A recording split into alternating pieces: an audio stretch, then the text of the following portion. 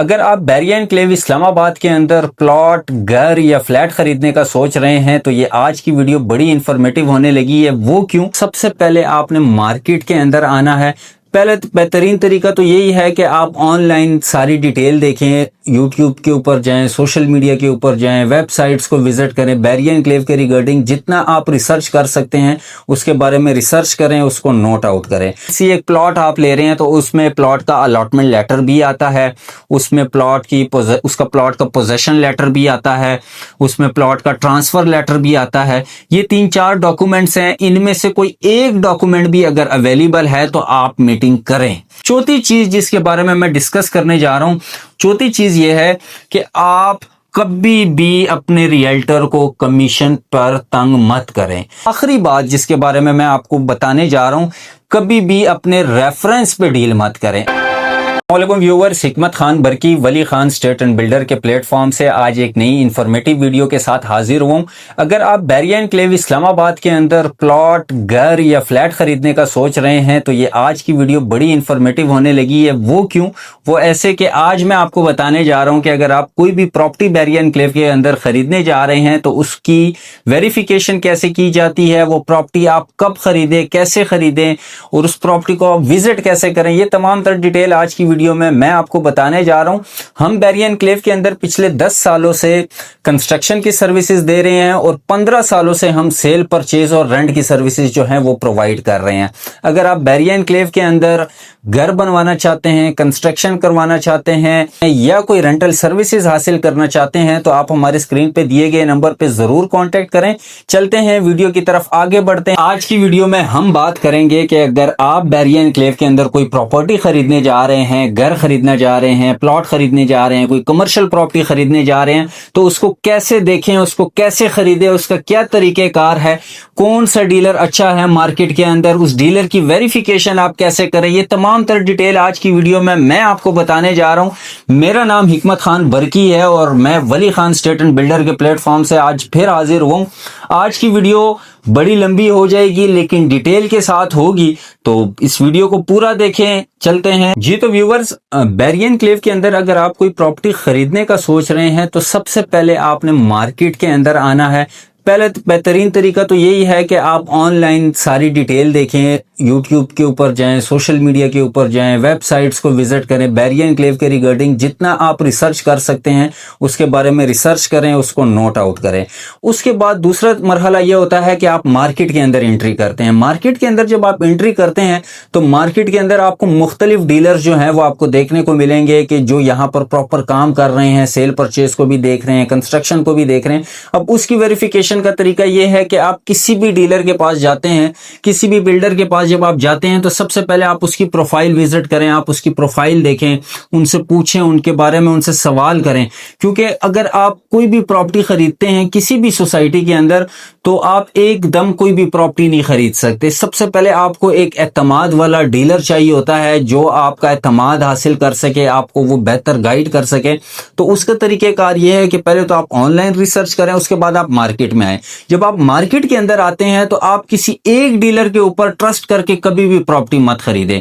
आप 3 से 4 डीलर्स के पास जरूर जाएं, विजिट करें और स्टेप्स में जाएं। स्टेप्स से मुराद ये कि आज एक डीलर के पास आप गए, नेक्स्ट डे आप किसी और डीलर के पास जाएं, उसके बाद आप एक दो डीलर्स को और विजिट करें। जब 3 से 4 डीलर्स के पास आप चले जाते हैं, विजिट कर लेते हैं तो एक तो आपको मार्केट की प्रोफाइल भी सामने आ जाती है, क्योंकि हर डीलर का एक अपना तरीकेकार होता है काम करने का, हर डीलर का एक अपनी प्रोफाइल होती है।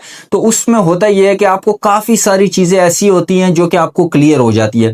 दूसरे नंबर पे यह होता है कि अगर आप कोई भी प्रॉपर्टी साइट पर जाकर विजिट करते हैं तो साइट पर विजिट कर लेने के बाद अगर आपको वो प्रॉपर्टी समझ आ रही है, आपने उस प्रॉपर्टी के अंदर इंटरेस्ट अपना शो किया है और वो प्रॉपर्टी आपको किसी एक डीलर ने दिखाई है और दूसरे किसी भी डीलर ने आपको वो प्रॉपर्टी नहीं दिखाई, तो कोशिश करें कि आप उस प्रॉपर्टी के बारे में मार्केट में किसी से डिस्कस मत करें। क्योंकि बैरिया एनक्लेव की मार्केट जो है वो काफी छोटी सी मार्केट है।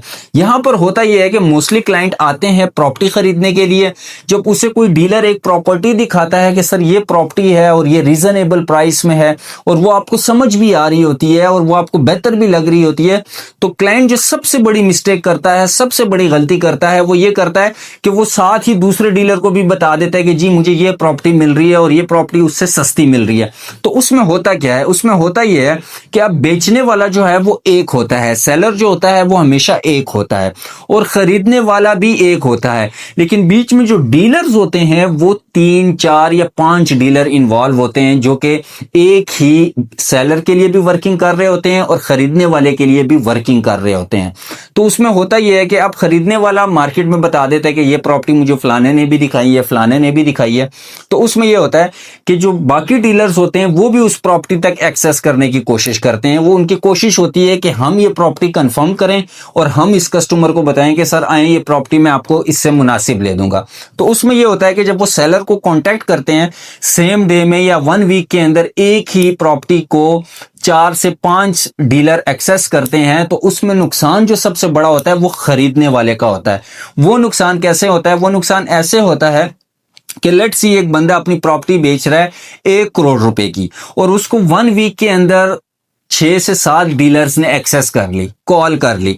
तो अब उसमें होगा क्या कि वो 1 करोड़ पे अगर वो अपनी प्रॉपर्टी की डिमांड कर रहा था और 90 उसके माइंड में थे कि मैं 90 में अपनी प्रॉपर्टी दे दूंगा, तो वो फौरन से अपनी प्रॉपर्टी 5-6 लाख ऊपर बढ़ा देगा, या फिर वो कहेगा कि नहीं अभी मैंने अपनी प्रॉपर्टी सेल नहीं करनी।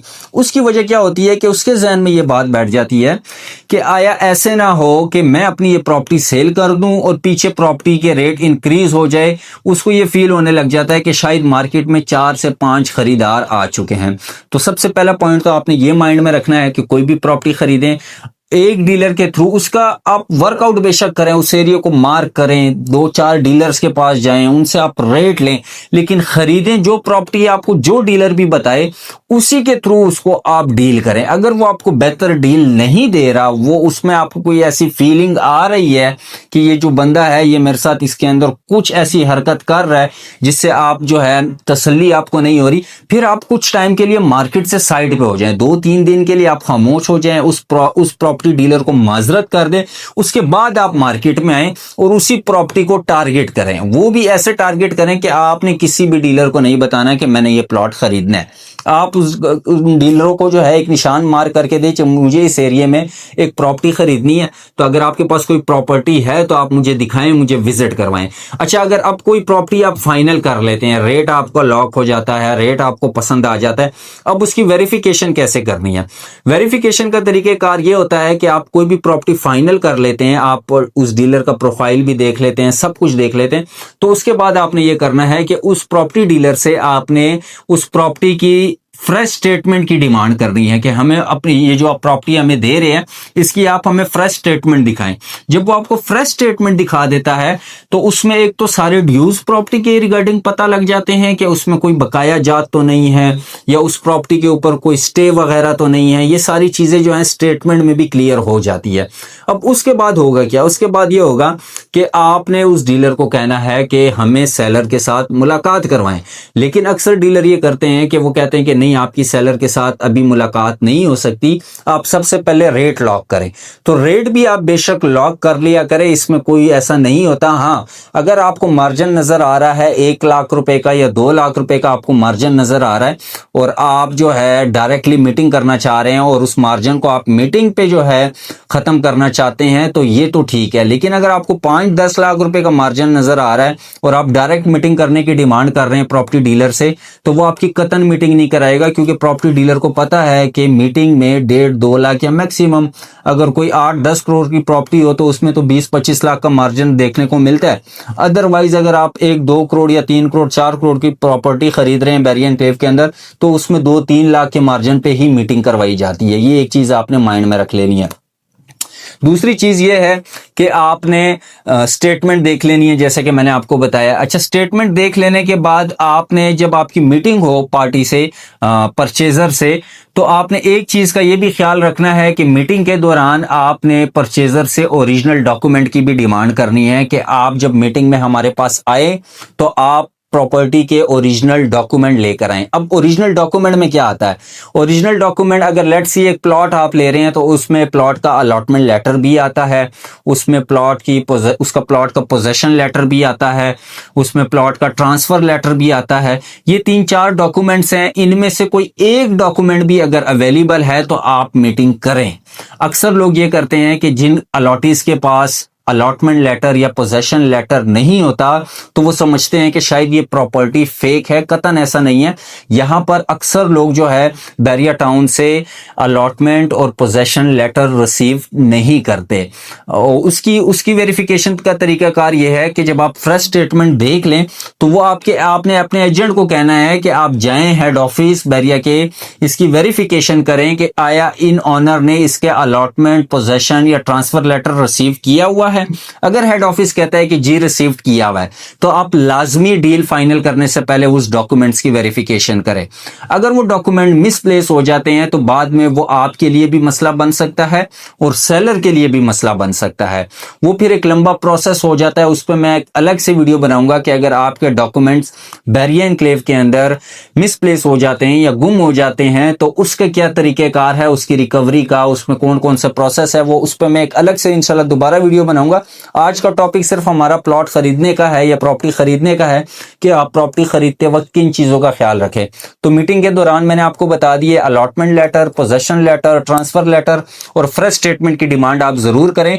अगर ये सारे डॉक्यूमेंट्स उनके पास नहीं है तो आप लाजमी डील फाइनल करने से पहले हेड ऑफिस जाएं और वहां पर उसकी वेरिफिकेशन करें कि आया सेलर ने जो है ये डॉक्यूमेंट्स रिसीव किए हैं या नहीं किए। अगर रिसीव किए हैं तो वेरीफाई करें, अगर रिसीव नहीं किए तो फिर कोई बात नहीं, वो प्लॉट या वो प्रॉपर्टी आपके नाम पर ट्रांसफर हो सकती है, उसमें कोई इशू नहीं आएगा। अच्छा व्यूअर्स, तीसरी चीज मैं आपको बताने जा रहा हूं वो ये है कि अगर आप मिसाल के तौर पे आपने एक प्लॉट फाइनल कर लिया, उसको आपने देख लिया, उसके आप ऑनर से भी मिल लिया आपने और उसमें आपकी सब कुछ चीजें फाइनल होगी है, तो ये सारी चीजें फाइनल करने से पहले ये तीसरी चीज जो है ये भी आपने लाजमी अपने जहन में बिठानी है, वो है बैरिया इनक्लेव का लेआउट प्लान। लेआउट प्लान जो है बैरिया इनक्लेव का वो सीडीए से अप्रूव्ड है।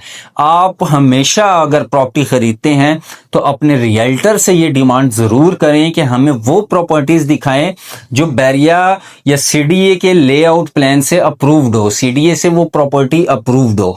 उसमें होगा क्या, उसमें ये होगा कि फ्यूचर में अगर बैरिया एनक्लेव के ऊपर किसी भी किस्म के क्राइसिस आते हैं, कोई भी ऐसा नुकसान होता है बैरिया एनक्लेव को, तो अगर आपकी प्रॉपर्टी लेआउट प्लान के मुताबिक क्लियर हो तो इंशाल्लाह आपको उसमें नुकसान नहीं होगा। ये एक चीज अक्सर लोगों को नहीं पता। बैरिया एनक्लेव के अंदर जो भी कस्टमर आते हैं, हम यहां पर डील करते हैं पिछले 15 सालों से और मैं 8 साल से प्रॉपर सेल परचेज को देख रहा हूं।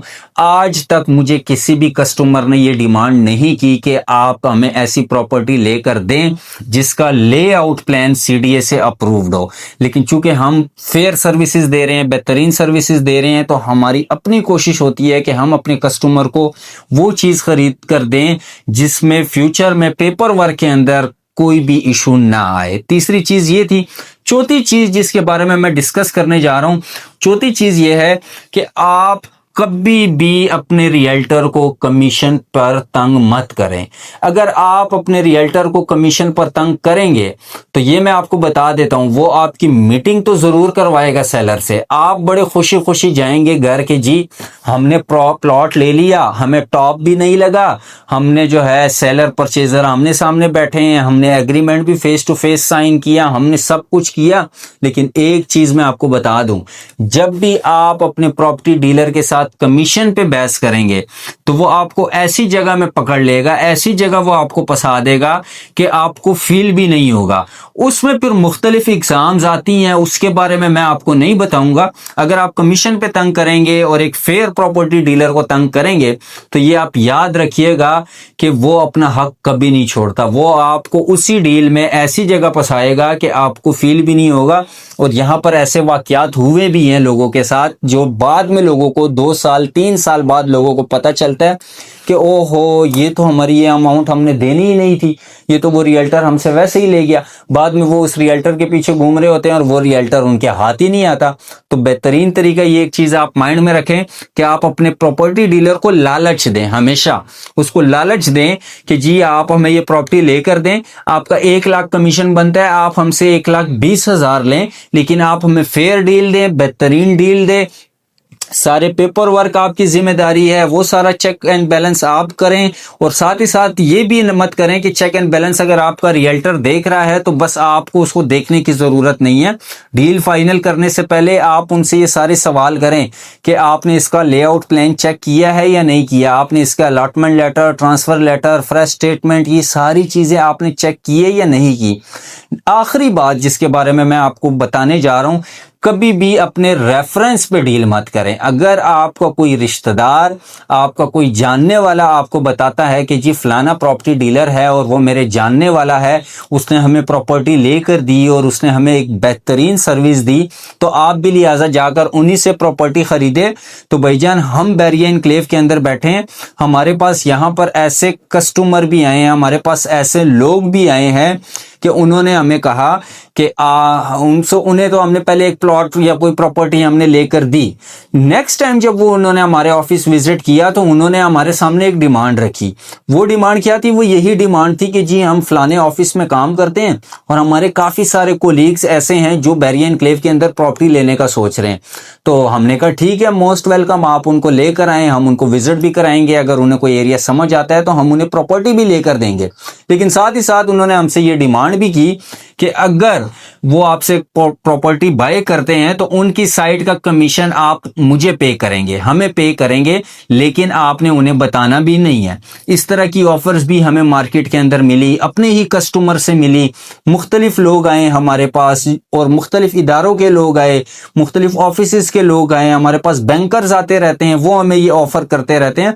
तो इन चीज़ों में आपने बड़ा ध्यान करना है, बड़ा ख्याल करना है। आप बेशक अपने रेफरेंस वाले रियल्टर के पास जाएं, आप बेशक उनसे प्रॉपर्टी खरीदें, लेकिन फाइनल करने से पहले आप 4 से 5 लोगों के पास जाएं, आप सुन्नत पूरी करें, उस प्रॉपर्टी की वेरिफिकेशन जरूर करें। वेरिफिकेशन कैसे करनी है वो मैंने आपको तरीका बता दिया कि जिस भी सेक्टर के अंदर आप प्रॉपर्टी खरीदते हैं उस सेक्टर में आप 3 से 4 डीलर्स के साथ घूमें, मुख्तलिफ प्रॉपर्टीज देखें। किसी भी डीलर को आपने किसी प्रॉपर्टी की फौरन ऑफर नहीं देनी।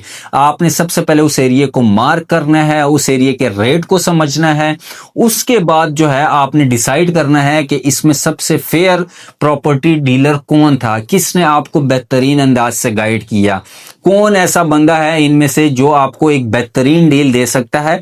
वो आपने जज करना है, वो ना हम आपको बता सकते हैं, ना आपको मार्केट में से आपका कोई रिश्तेदार या आपको कोई जानने वाला आपका बता सकता है। उसके लिए जजमेंट आपकी ज़रूरी है। अपने रेफरेंस वाले के पास ज़रूर जाएं। मैं ये नहीं कहता कि हर रेफरेंस वाला बंदा जो है वो आपको टॉप लगा रहा है, वो आपकी प्रॉपर्टी खरीदते वक्त में आपके पैसों में से वो प्रॉपर्टी डीलर को अपनी डिमांड कर रहा है। शायद उसकी नीयत ठीक हो, बेहतरीन हो, लेकिन आप अपनी तसल्ली ज़रूर करें ताकि अगर फ्यूचर में आपको उस प्रॉपर्टी के अंदर कोई लॉस होता है, कोई नुकसान होता है, तो जिसके रेफरेंस से आपने वो प्रॉपर्टी ली हो उससे आपका दिल ना टूटे।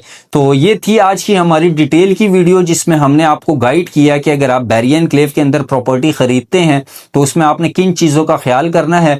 और उम्मीद करता हूं कि आपको ये वीडियो अच्छी लगी होगी।